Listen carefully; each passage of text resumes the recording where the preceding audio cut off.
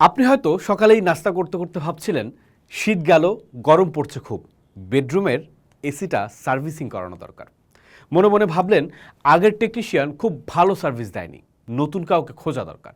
কিন্তু কাকে বলবেন, কোথায় খুঁজবেন তা নিয়ে চিন্তায় পড়ে গেলেন।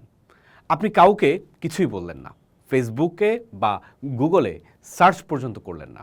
অথচ দুপুরে যখন অফিসের ফাঁকে মোবাইলটা হাতে নিলেন, দেখলেন স্ক্রিনে গাদা গাদা এসি সার্ভিসের বিজ্ঞাপন, তাতে নানা রকমের সার্ভিসের ধরন। আপনার নিশ্চয়ই তখন গায়ের লোম খাড়া হয়ে গিয়েছিল। আপনার মনে হয়েছিল ঘর ভর্তি মানুষের ভিড়েও আপনি আসলে একা নন।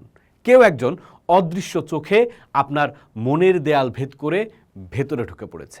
আপনার একান্ত ব্যক্তিগত ভাবনাগুলো সে দিব্যি পড়ে ফেলছে।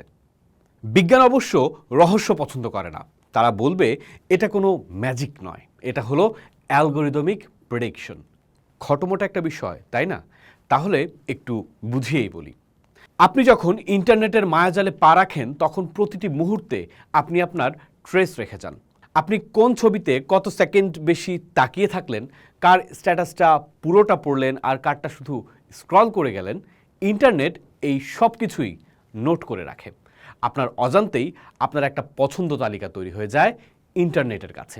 শুধু তাই নয়, ধরা যাক আপনার বয়সী বা আপনার রুচির আরও 10 জন মানুষ গত এক সপ্তাহে এসি কিনেছেন বা সার্ভিসিং করিয়েছেন। যন্ত্র তখন অঙ্কের হিসেব করে কষে নেয় আপনিও যেহেতু তাদের মতন, তাই আপনারও হয়তো এখন এসি কেনা বা সার্ভিস করানোর প্রয়োজন হতে পারে। একে বলে লুক অ্যালাইক অডিয়েন্স। অদ্ভুত বিষয়, তাই না? মানুষ হিসেবে আপনার যে স্বকীয়তা, সেটা বিজ্ঞানের কাছে স্রেফ একটা প্যাটার্ন। অনেকে ভয়ে ফিসফিস করে বলেন স্মার্টফোন আড়ি পেতে শুনছে। বিজ্ঞানীরা অবশ্য চশমা ঠিক করতে করতে বলবেন শোনার দরকার কি? আপনার চোখের মনির নড়াচড়া আর অনলাইন ব্যবহারের অভ্যাসই তো সব বলে দিচ্ছে। আপনার নীরবতাও এখন এক ধরনের ডেটা।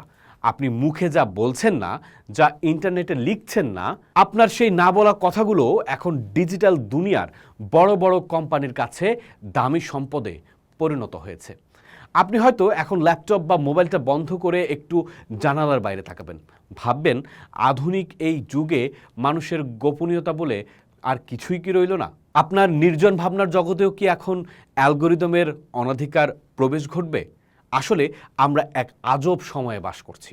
এখানে জাদুকর নেই, কিন্তু জাদুর চেয়েও শক্তিশালী এক মায়াজাল আমাদের চারপাশটা ঘিরে রেখেছে। আপনি একা হতে চাইলেও এই যন্ত্র আপনাকে একা হতে দেবে না।